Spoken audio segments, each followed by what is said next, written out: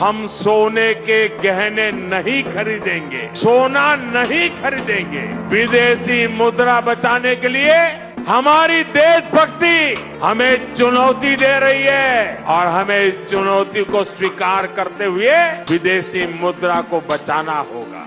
अचानक नतीजे आने के बाद प्रधानमंत्री का ये कहना ये बड़ा ही चौंकाने वाला है। और एक बात मैं आपसे कहना चाह रहा हूं कि देश की ये बीजेपी की सरकार इस देश को छुपा रही है असल हालात और इकोनॉमी के बारे में।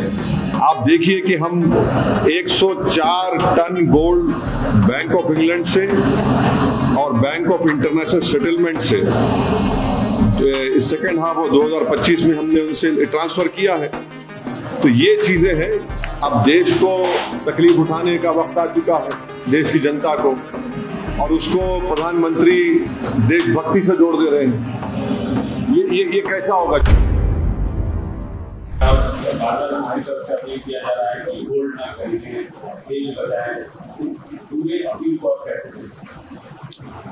देखिए, प्रधानमंत्री ने जो हैदराबाद का बड़ा फेमस भाषण के तौर पर हम बोलेंगे उसको, हैदराबाद का भाषण में जो बात कही है वो इस चुनाव जो प्रदेशों में चुनाव हुए उसके 6 दिन के बाद प्रधानमंत्री ने अपने हैदराबाद के भाषण में ये कह दिया सब बातों को।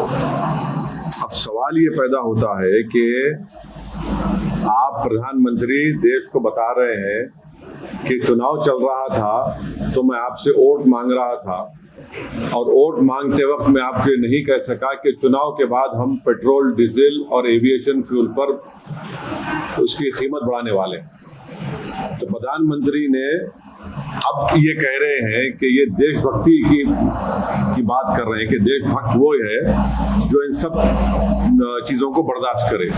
तो मैं उसको ये कहता हूं कि ये भारत की जनता के लिए एक इनवॉइस आने वाला है अभी, और वो इनवॉइस ये रहेगा कि पेट्रोल, डीजल और एविएशन फ्यूल पे बढ़त होगी, बहुत उसकी कीमत बढ़ेगी।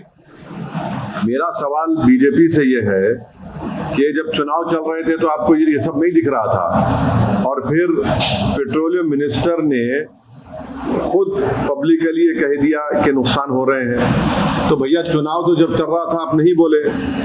दूसरी बात यह है कि प्रधानमंत्री के हैदराबाद के भाषण के बाद 5.5 ट्रिलियन इंडियन मार्केट से वाइप आउट हो गया है, और सबसे ज्यादा इसकी तकलीफ हुई है SBI को, टाइटन को, ABB इंडिया, इंडिगो को।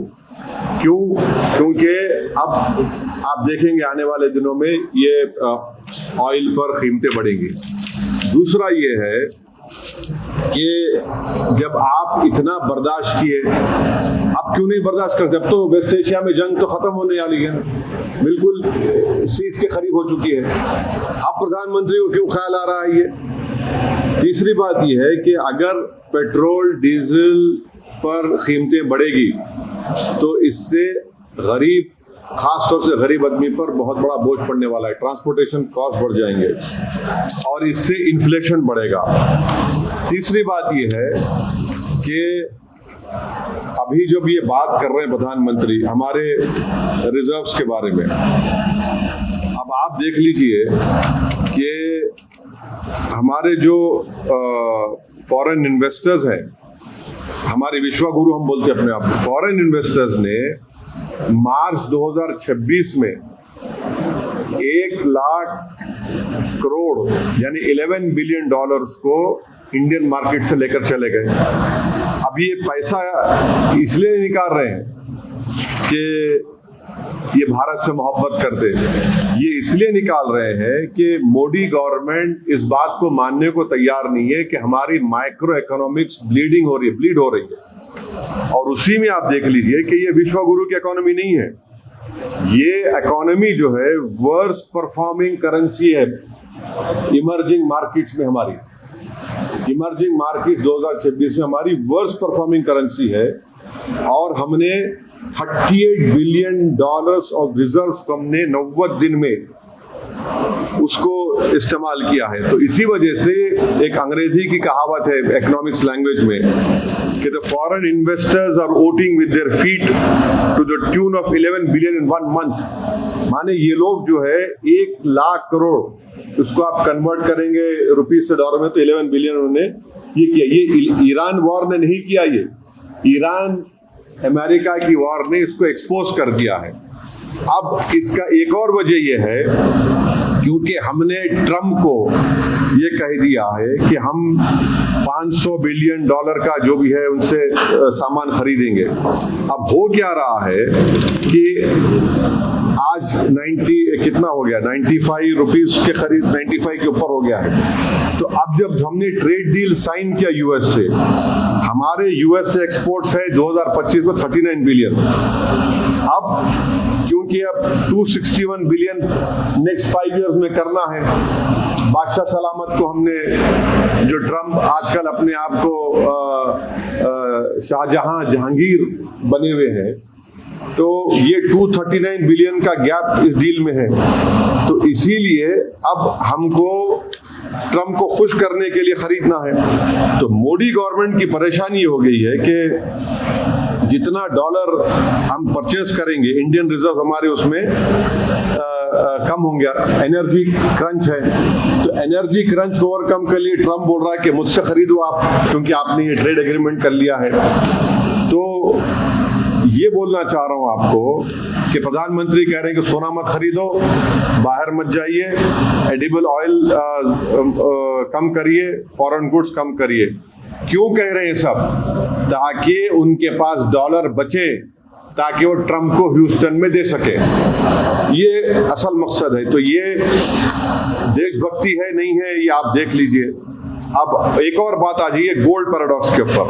हमारे पास जो गोल्ड है, मार्च 2026 में आरबीआई के पास 77% of total gold reserve domestically था। जो 23 में 38% था, वो बढ़ के अब 77% हो गया।